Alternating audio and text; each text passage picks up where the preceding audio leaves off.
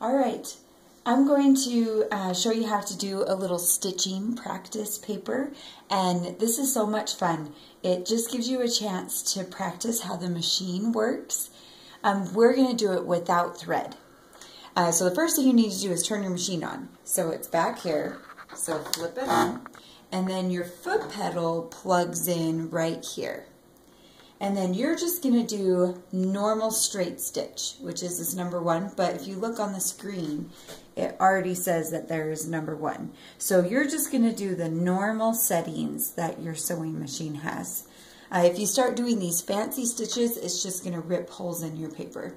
So just stick with your regular stitch on this one. And then we're going to lift up the presser foot. I use my left hand and I just reach behind and pull the lever up and it will lift your foot up. Now, the machine always sews from front to back. So if I want to do these lines here, I can't go this way. So I need to turn my paper this direction, put it underneath the presser foot, and then the hand wheel is right here. And the hand wheel always turns toward your body. So this direction. So I'm going to turn the hand wheel until my needle goes in the line.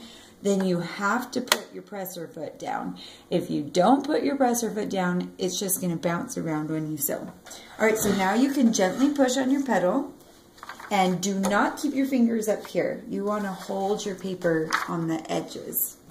And then we'll push, and it will actually pull it through for you. So if I let go, it will actually move itself because there's 2 ridgy lines underneath the presser foot called the feed dogs. And they pull your fabric through for you, or the paper through for you. So all you have to do is be the guide to keep your paper where you want to sew. And you want to sew right on the line. There is a little line right here on your presser foot. And so if you line up your line on the paper with that line, you will sew directly on your line.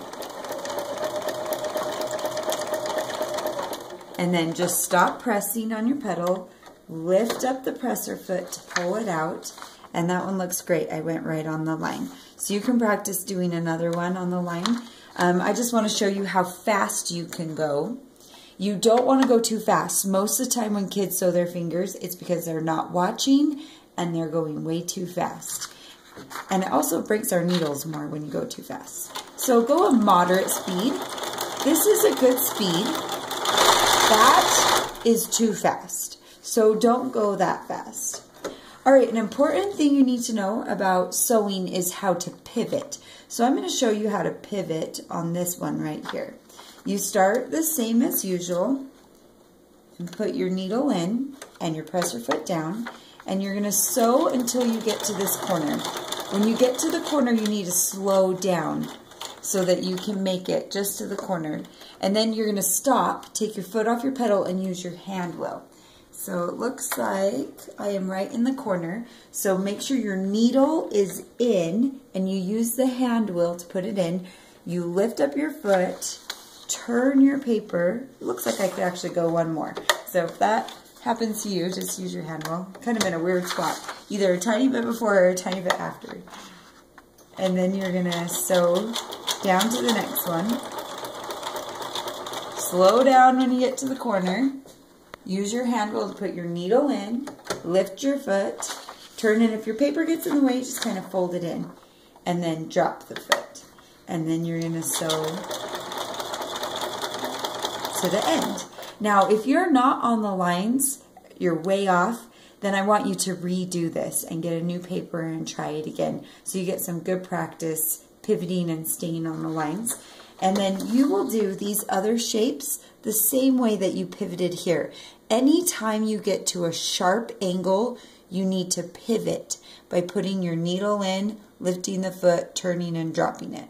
Now on your sewing machine, if you have some tape on there, you can just ignore it, leave it where it's at, or if it's bothering you, you can just pick it up and move it off to the side. When you're finished, you need to make sure your name is on this and you turn it into the basket. And have fun!